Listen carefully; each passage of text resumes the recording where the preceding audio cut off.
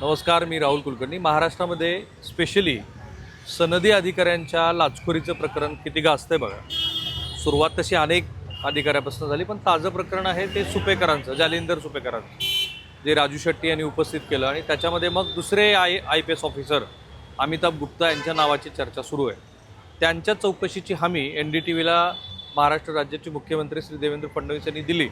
आणि ते प्रकरण कुठेतरी थांबतंय, कारण चौकशीच्या पातळीवर असं म्हणत असतानाच सांगलीतनं आणखीन एक प्रकरण आलं. ते आहे IAS अधिकारी शुभम गुप्ता यांचं. हे शुभम गुप्ता हे जेव्हा गडचिरोलीला होते, कारण काल राज्याचे आणखीन एक मंत्री चंद्रकांत पाटील यांनी सांगितलं की त्यांचा कारभार अत्यंत वादग्रस्त होता. नव्हे, ते असं म्हणाले की त्यांच्याबद्दलची DE, ज्याला आपण डिपार्टमेंटल इन्क्वायरी म्हणतो, ती करणं गरजेचं आहे. आणि आत्ता सांगली महानगरपालिकेमध्ये जे नवीन CEO आलेत, आयुक्त, तर त्यांनी कॅफोच्या माध्यमातून, जो जिल्हा परिषदेला अकाउंट ऑफिसर असतो त्याला कॅफो म्हणतात, त्याच्या माध्यमातून चौकशी सुरू केली, किंवा महापालिकेला पण एखादा कॅफो असेल.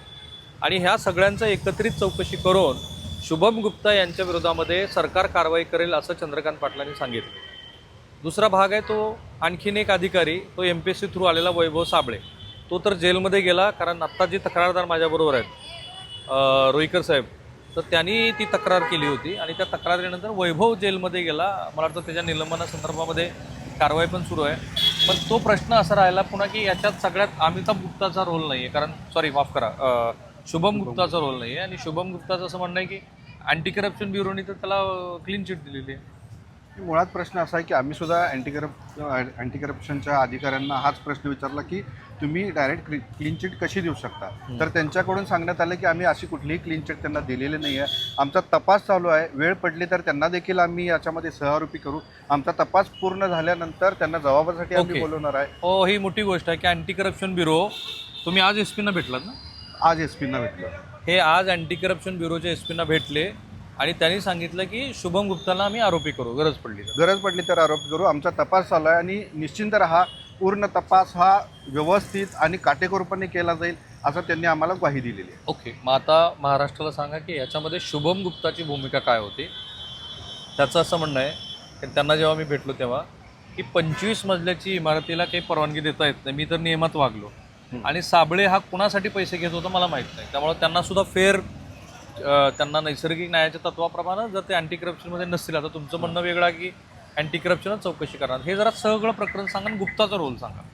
मुळात जर शुभम गुप्ता जर असा प्रश्न विचारत असतील की 25 मजली इमारतीला परमिशन देताच येत नाही, आता मग अशा IAS अधिकाऱ्यांच्याबद्दल मी बोलणं कदाचित चुकीचं वाटतं. काही चुकीचं नाही. नियम काय ते सांगा. नियम UDCPR नियमानुसार आमची D वर्ग महापालिका आहे. D वर्ग महापालिकेमध्ये 70 मीटरपर्यंतची परमिशन देता येते असं स्पष्ट आहे. आणि जर कायदा वाचले UDCPR जर त्यांना माहीत नसतील तर मग लाजिरवाणी गोष्ट आहे.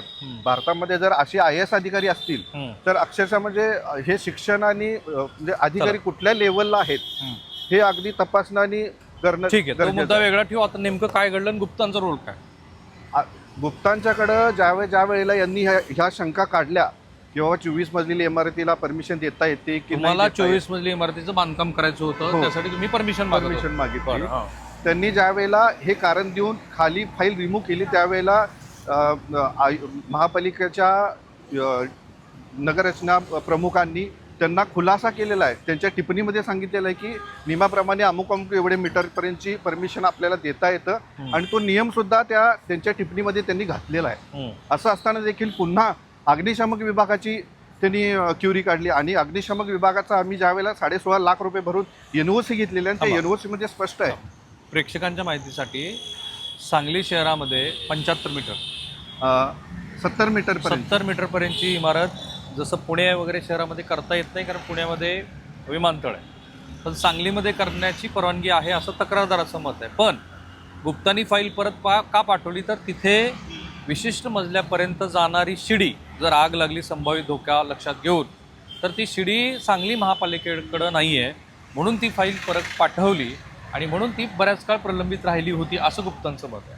त्याच्यावरच त्यांच्याच नगररचना विभागाचे जे प्रमुख मुल्ला मॅडम आहेत त्यांनी टिप्पणीमध्ये त्यांच्या स्पष्ट लिहिलेलं आहे की समजा जर महापालिकेकडं असं शिडी उपलब्ध नसेल किंवा यंत्रणा उपलब्ध नसेल तर UDCPRच्या नियमाप्रमाणे साईड मार्जिन आणि फ्रंट मार्जिन हे साईड मार्जिन 6.5 मीटर असं बिल्डिंगच्या चारही बाजूनी सोडणं हे गरजेचं आहे. त्या अग्निशमनच्या दाखल्यामध्ये एक अट घातलेली, त्यामध्ये सुद्धा तो उल्लेख आहे की 6.5 मीटर अंतर चारी बाजूनी सोडलं असेल तर 50 मीटरची शिडी जरी नसली तरी परमिशन देता येतं, असं स्पष्ट, म्हणजे मी सांगत नाही तर ते एनओसीच सांगते ठीक आहे. अग्निशमन विभागाची.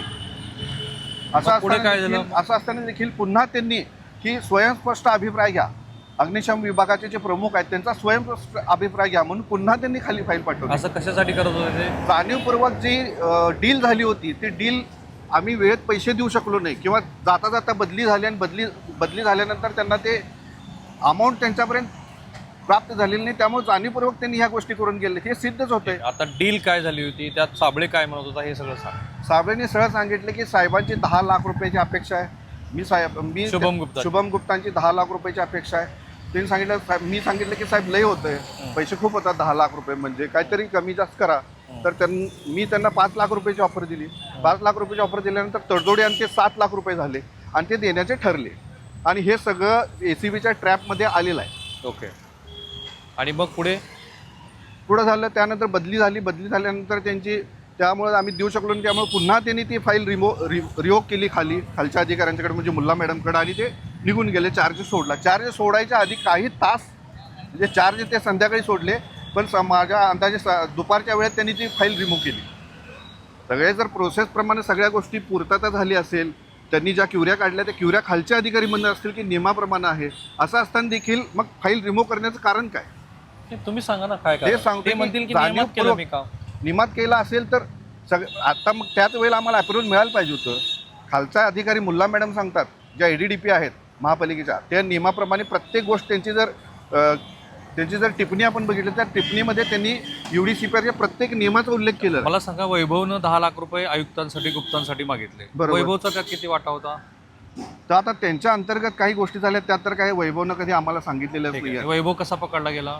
वैभव त्याच्या केबिनमधून त्यांना उचलण्यात आलेलं आहे. ज्या दिवशी त्यांना अटक करण्यात आली त्यावेळी ते कार्यालयामध्ये त्यांच्या पदावर कार्यरत होते, आणि त्यांच्या कार्यालयाच्या त्यांच्या केबिनमधून ACBच्या अधिकाऱ्यांनी त्यांना उचललेलं. आणि आता ACBने सांगितलं की तुम्हाला आता शुभम गुप्ताची पण चौकशी होणार. हां, आम्ही त्यानंतर मग शुभम गुप्तांना सुद्धा याच्यामध्ये सहआरोपी करा म्हणून मागणी केल्यानंतर आज मी SP साहेबांना भेटलो. SP साहेब म्हणले निश्चिंत राहा, म्हणले चौकशी चालू आहे, नक्कीच योग्य त्या पद्धतीने पुरावे जर सापडले तर शुभम गुप्ता असू दे किंवा आणखीन कुणीही असू देत, कुणालाही आम्ही सोडणार नाही.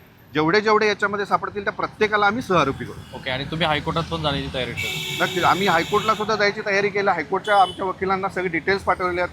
काही टेक्निकल लीगल प्रोसेस फॉलो करून वेळ पडली तर नक्कीच आम्ही हायकोर्टात सुद्धा मूव्ह होणारच आहे. राईट. तर आपण थांबूया इथे. प्रकरण लक्षात घ्या, यांनी एक 25 मजली का 75 मीटर ना 70 मीटरच्या बांधकामासाठीचा एक परवाना मागितला. तो बांधकाम परवाना त्यांना दिला नाही. मग वैभव साबळेनं आयुक्तांच्या वतीनं पैसे मागितले 10 लाख.